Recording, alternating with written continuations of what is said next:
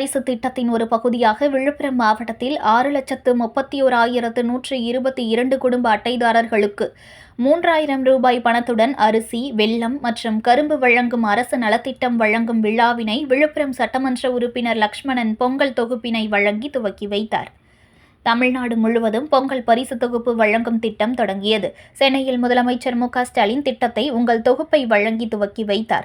இந்த திட்டத்தின் கீழ் குடும்ப அட்டைதாரர்களுக்கு 3,000 ரூபாய் பணத்துடன் 1 கிலோ அரிசி, 1 கிலோ வெல்லம் மற்றும் ஒரு கரும்பு வழங்கப்படுகிறது. இதன் தொடர்ச்சியாக விழுப்புரம் மாவட்டத்திலும் பொங்கல் பரிசு தொகுப்பு வழங்கும் திட்டம் ஆரம்பிக்கப்பட்டது.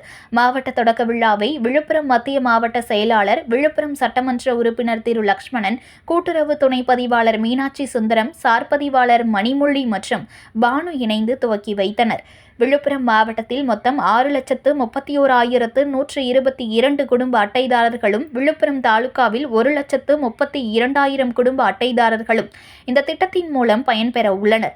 அரசு நலத்திட்டங்களில் ஒன்றாகிய இந்த பொங்கல் பரிசு திட்டம் பொதுமக்களிடையே பெரும் வரவேற்பை பெற்றுள்ளது.